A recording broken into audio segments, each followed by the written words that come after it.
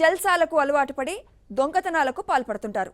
ఇంకొందరు అవసరాలను తీర్చుకునేందుకు, మరికొందరు దొంగతనాలే తమ వృత్తిగా చెప్పుకుంటారు. ఒక్కసారి చోరీకి గురైన వస్తువులు, డబ్బులు తిరిగి దొరుకుతాయని ఎవ్వరూ అనుకోరు. కానీ తాజాగా ఓ దొంగ మాత్రం తన మంచితనాన్ని చోరీ చేశాక కూడా వదిలిపెట్టలేదు. ఇంట్లో దొంగతనం చేశాను, మళ్లీ నెల తర్వాత తీసుకున్నవన్నీ తిరిగి ఇచ్చేస్తా అంటూ లేఖ రాసి ఇంట్లో పెట్టి వెళ్లిపోయాడు.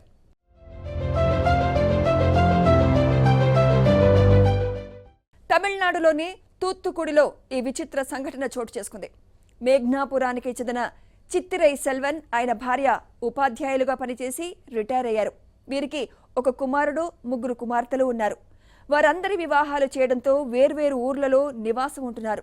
గత నెల 17వ తేదీన భార్యాభర్తలిద్దరూ చెన్నైలో ఉన్న తమ కుమార్తెను చూసేందుకు వెళ్లారు.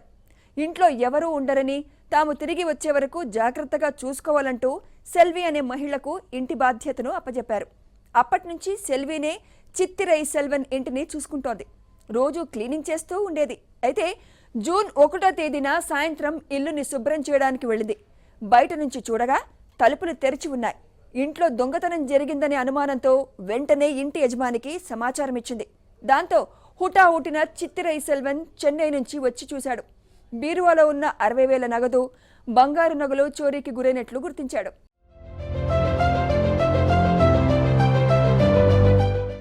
వెంటనే స్థానిక పోలీసులకు సమాచారం అందించాడు. ఇక చోరీ జరిగిన ఇంటికి చేరుకున్న పోలీసులు అంతా పరిశీలించారు. ఇంట్లో వెతకగా ఓ లెటర్ లభ్యమైంది. అది చోరీకి పాల్పడిన దొంగ రాసినట్లు పోలీసులు గుర్తించారు. క్షమించండి, నెలలో ఇంట్లో చోరీ చేసిన సొత్తును తిరిగి ఇచ్చేస్తానని ఆ దొంగ రాసుకొచ్చాడు.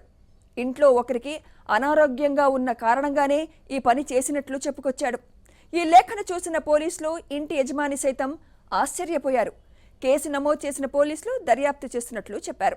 ప్రస్తుతం దొంగ రాసిన లేఖ వార్త సోషల్ మీడియాలో వైరల్ అవుతోంది.